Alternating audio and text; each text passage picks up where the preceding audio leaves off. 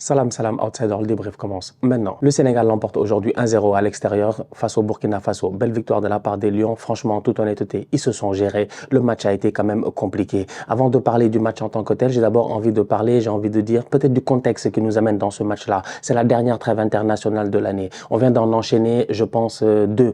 C'est la troisième. Les gars sont quand même, qu'on le veuille ou non, fatigués. On les voit chaque week-end en train de jouer dans leur championnat. Et il y en a d'autres aussi qui ont l'opportunité de jouer dans les coupes européennes, que ce soit, ou même d'autres coupes en fait, coupe Ligue des champions asiatiques, machin et tout. Donc il y en a qui jouent aussi les lundis, les mardis, les mercredis et les jeudis. Donc du coup c'est assez compliqué. Donc ça te fait des joueurs de football qui arrivent en trêve internationale et qui n'ont peut-être pas 100% de leur capacité physique. Franchement, avant de commencer, j'ai d'abord envie de saluer ces lions-là. Parce qu'aujourd'hui sur le terrain, ça n'a pas été facile face au Burkina Faso. Le match a quand même été très très compliqué, mais ils ont sorti une performance qui pour moi est quand même aboutie.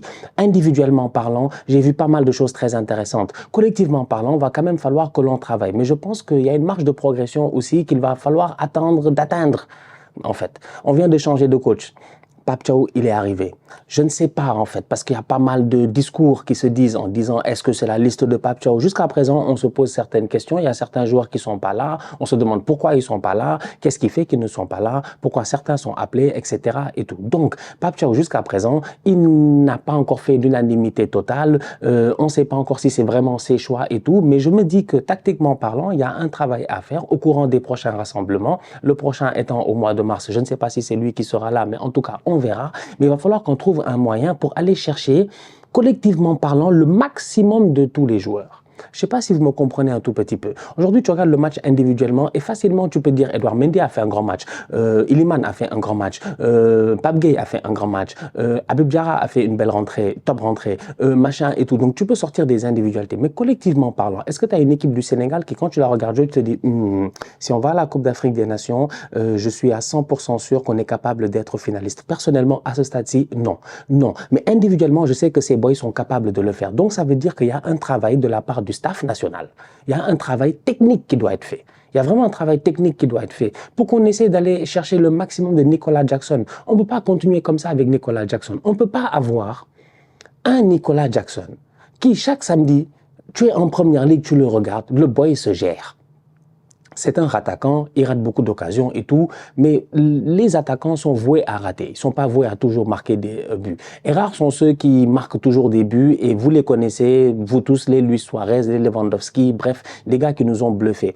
Nicolas Jackson, on sait qu'il peut le faire. On le voit chaque week-end à Chelsea, il claque des buts. Mais à Chelsea, il y a un environnement autour de lui. Il y a un Cole Palmer qu'on a mis derrière lui. Donc du coup, tu as un Christopher Nkunku qu'on est obligé de sacrifier. Tu as des ailiers qui sont là, qui ont un certain travail à faire. Bref, lui aussi, on lui demande de temps en temps, non seulement de prendre la profondeur, mais au-delà de cela, il sait très bien défendre. Donc, c'est-à-dire revenir et aider ses coéquipiers quand il faut presser aussi. Donc, du coup, tu as un Nicolas Jackson qui est mis dans des très bonnes conditions. Quand il arrive en équipe nationale du Sénégal, tu as l'impression qu'il est perdu.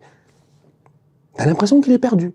Pourtant, c'est la même personne. Donc, ça veut dire que je pense qu'il y a un travail à faire. Il y a un travail tactique. Il y a un travail à faire pour que Jackson trouve les meilleurs automatismes possibles. Parce que je pense que il y a moyen. Franchement, il y a moyen. On peut être dur avec le boy et tout, mais s'il était nul en club, là, on peut parler. Mais là, en ce moment, c'est pas comme s'il est nul en club. Il rate beaucoup, oui, mais tout le monde rate beaucoup. Darwin Nunez rate beaucoup. Voilà les attaquants qui ratent beaucoup en première ligue et même à travers les grands championnats européens. Donc, ça veut dire que là, aujourd'hui, je regarde le Sénégal jouer, gagner 1-0 face au Burkina Faso. Comme je dis, individuellement parlant, je peux dire plein de choses, mais collectivement parlant, pour moi, il reste encore pas mal de choses, tu vois. Défensivement parlant, aujourd'hui, on l'a vu, on joue face au Burkina Faso. Plusieurs fois, ils ont des occasions. On a failli mourir.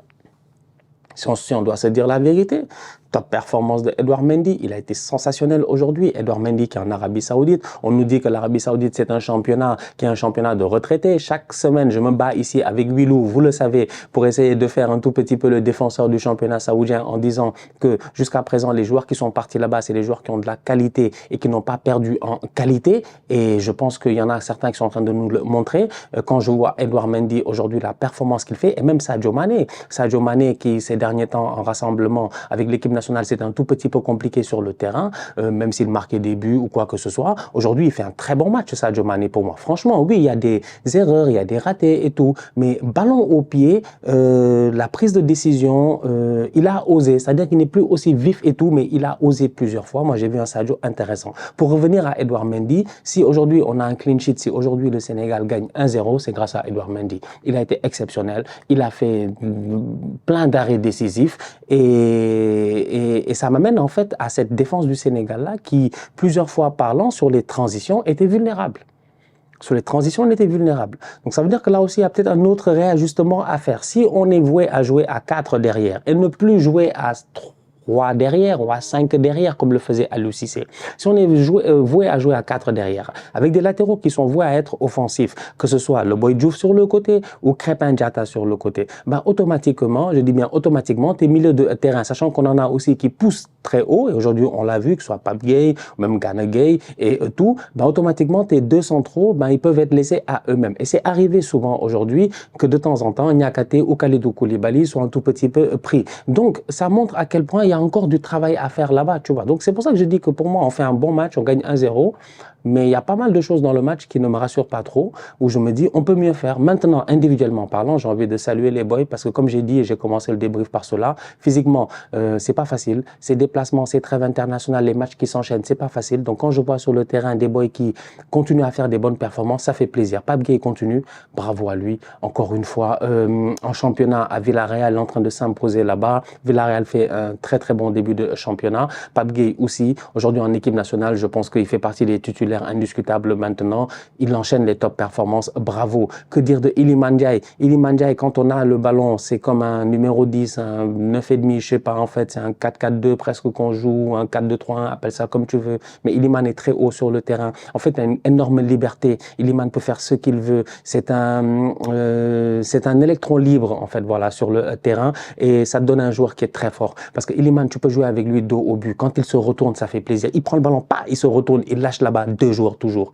2 joueurs. Il est en face du troisième, il a fait passement de jambes, il est passé, il crée des décalages, il crée le danger, centre en retrait, cafouillage dans la surface du Burkina. Iliman est un joueur très important et franchement, ça fait plaisir. Et ça montre aussi que Iliman n'est pas incompatible avec Sadio parce que pendant des mois et des mois, on a voulu voir Iliman.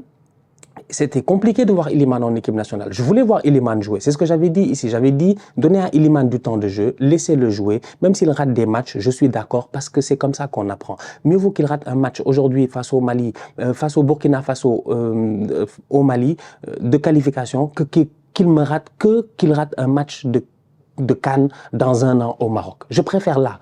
Là, tu peux apprendre. Là, c'est Bamako, c'est compliqué, il fait chaud, machin, tout ça, tu es fatigué, tu es loin de ta famille, tu viens, tu joues un match difficile, tu gagnes le match, tu prends en expérience. Et aujourd'hui, Iliman, franchement, sur ses derniers rassemblements, avec le temps de jeu qu'il a, moi, ça me fait plaisir. À Everton, on le voit chaque week-end, il joue, il est intouchable. Les fans d'Everton l'adorent parce que le boy, il s'appelle Skilliman et on le sait. Il est vraiment skillful en fait, il est fort, franchement, le boy a les skills quoi, tac, tac, tac, les passements de jambes, les crochets, les machins. Donc ça donne un Iliman qui est très très bon. Aujourd'hui, ça te donne un Habib Diarra qui rentre, mais qui a été excellent, sensationnel le Habib Diarra, sincèrement, dès qu'il est rentré, il a commencé à accélérer, à donner les bons ballons, à faire les combinaisons avec Crépin Diatta. Le but, magnifique. Magnifique le but de Habib Diarra, franchement je le félicite, je le salue, cette frappe là qu'il est venu me mettre là, franchement elle est tout simplement, ouais. Ouais. Cette saison à Strasbourg, il a mis de très très beaux buts, 2 ou 3 si je ne m'abuse, dans une lucarne et puis tout. Là, il vient, il prend l'information, il lève la tête, il regarde ce qui se passe, il a vu l'espace et derrière le gardien trépasse. Donc franchement, très bien joué de la part de Habib Diarra, ça fait plaisir. Premier but en équipe nationale.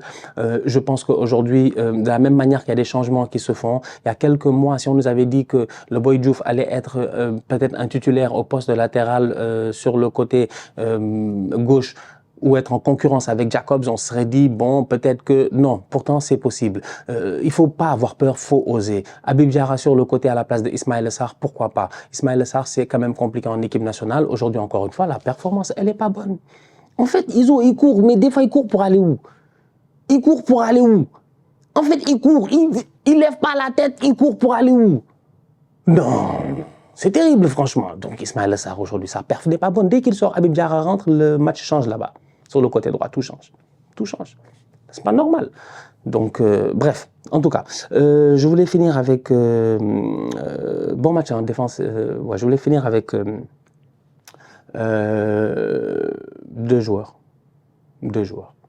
Bon match deux joueurs. L'axe central, Niakate Koulibaly, solide, franchement. De temps en temps, ils se sont fait prendre. J'espère qu'ils vont revoir les vidéos. De temps en temps, ils ont pris des petits crochets par-ci, des petits crochets par-là. Perte de balle de Niakate en fin de match. Kalidou qui fait des fautes à l'entrée de à l'extrême de la surface et tout. Donc, de temps en temps, ils se sont fait prendre et tout. Mais globalement, quand même, bon match. J'ai envie de finir avec Crépin. J'espère que c'est pas trop grave. Sa blessure, moi, j'ai eu peur. Le genou, là. Tu sais, quand tu as le poids de quelqu'un qui te tombe dessus, ça a l'air anecdotique souvent, mais il y a un truc qui se passe là. Il y a souvent un petit truc qui se passe. Donc, j'espère que c'est pas très grave. Il est revenu des croisés. Crépin est fragile. Crépin est un très bon joueur. Crépin est un joueur qu'on apprécie beaucoup et dont on a besoin dans cette équipe nationale-là. Donc, j'espère vivement que c'est pas très grave. Mais en tout cas, quand il est tombé là, il s'est relevé. Il a fait genre comme si de rien n'était. Mais tu savais qu'il allait sortir. Quiconque a joué au foot savait, en fait. Dès qu'il a vu le ralenti, il savait que c'était compliqué. Donc, j'espère que ce sera pas trop grave. Donc, voilà. Bref, victoire 1-0 du Sénégal aujourd'hui face au Burkina Faso. Belle victoire de la part des Lions. Je les félicite. Et voilà. Sinon, à part ça, je pense qu'il n'y a pas... Est-ce que j'ai oublié quelqu'un? J'ai oublié quelque chose? J'ai oublié quelqu'un? J'ai oublié quelque chose? Non, je pense pas. Bref. Voilà. Les Burkinabés aussi bien joué, hein. Franchement, belle équipe. Belle équipe. Leur attaquant, la Traoré, Lassina Traoré du Shakhtar, là, il nous a fatigués. Début de rencontre, là, il nous a beaucoup fatigués. Il prenait la profondeur énormément. Physiquement aussi, il est bon. Donc, il est capable d'aller au contact avec nos défenseurs centraux. Franchement, une belle équipe du Burkina. Je pense qu'ils n'ont pas démérité durant ces qualifications-là. Ils vont se qualifier anyway. Ils sont deuxièmes, je pense. Ils vont finir deuxième. Ils vont se qualifier quoi qu'il arrive. Donc, félicitations à eux. Et puis, on se retrouve dans un an à la CAN. J'ai hâte de voir, franchement, juste hâte d'être à la CAN, quoi. Moi, les matchs de qualif, ça me fatigue, donc j'ai juste hâte d'être à la CAN. Ouais. Les coups de marteau, les quin, vous nous avez fatigués. Les cabris morts. Non, la CAN, c'est quelque chose. Bref, la famille, on se capte très bientôt pour une nouvelle vidéo. D'ici là, continuez à liker, on continue à partager, on s'abonne. On est ensemble, on reste en santé, c'est toujours le plus important. Southside.